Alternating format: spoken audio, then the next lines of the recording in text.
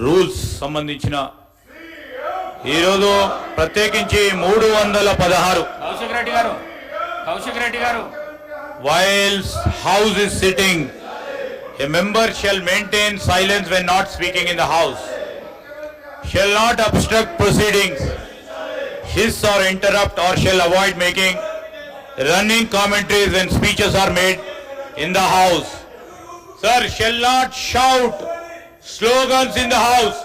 Sir, Adhyaksha, senior శాసన సభ్యులు ఉన్నారు. రూల్స్ గురించి మేం చెప్పనక్కర్లేదు. దాంట్లో ప్రత్యేకంగా శాసనసభ వ్యవహారాలకు సంబంధించిన 10 సంవత్సరాల పాటు ఇద్దరు మంత్రులు కూడా ఉన్నారు. నేను వారి ద్వారా వారి సభ్యులను కూడా కోరుతా ఉన్నాం. ఈరోజు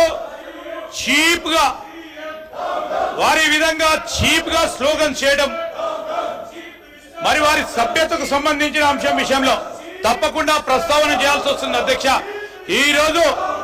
ఈరోజు వారి బిహేవియర్ చూడండి అధ్యక్ష. ఒక యువతకు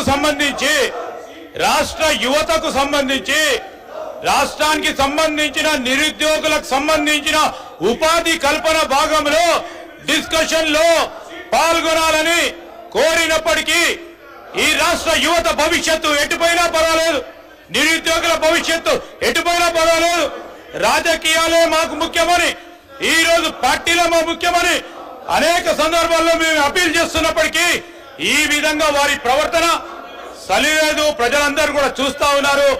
ఈ రోజు నేను దయచేసి వారిని సహకరించమని కోరుతా ఉన్నాను. మీకు అవకాశం ఇచ్చినప్పుడు, స్పీకర్ గారు అవకాశం ఇచ్చినప్పుడు మాట్లాడడానికి అవకాశం ఉంటుంది కనుక నేను మరొకసారి వారిని కోరుతా ఉన్నాను.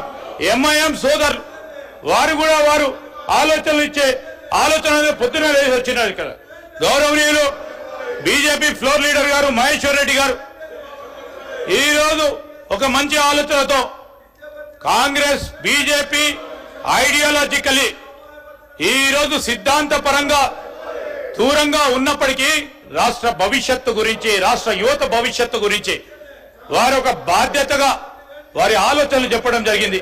మేము ఎంఐఎం వారిని, అదేవిధంగా సిపిఐకి సంబంధించిన పెద్దలు ఉన్నారు, సాంబశివరావు గారు, వారి ఆలోచనలు, మీ అందరి ఆలోచనలు తీసుకొని ఈ బిల్లును ఆమోదం చేసుకునే ముందుకు వెళ్ళటం జరుగుతుంది. దయచేసి ఇప్పటికైనా యువకులున్నారు, యువతకు సంబంధించి మీ అందరినీ కూడా వారి వాయిస్ ను వినిపించడానికి మీ అందరినీ కూడా శాసనసభలో మరి అపోజిషన్ గా ఉండండి. ఏదైనా కన్స్ట్రక్టివ్ క్రిటిసిజం చేయడానికి మీకు అందరికి ఆస్కారం ఇస్తే, యువత స్లోగన్స్ ఇవ్వడానికి కాదు. ఈ శాసనసభలో యువత అనేది యువతకు నిజంగానే ఒక రిఫ్లెక్షన్ గా ఉండే కార్యాచరణ తీసుకోవాలి.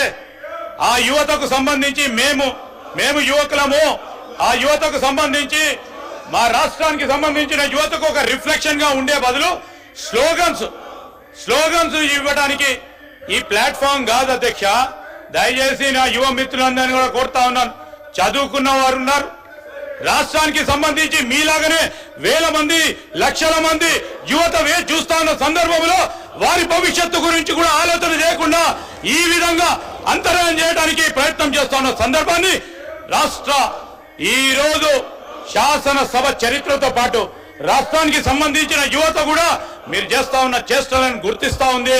దయచేసి ఇప్పటికైనా అర్థం చేసుకొని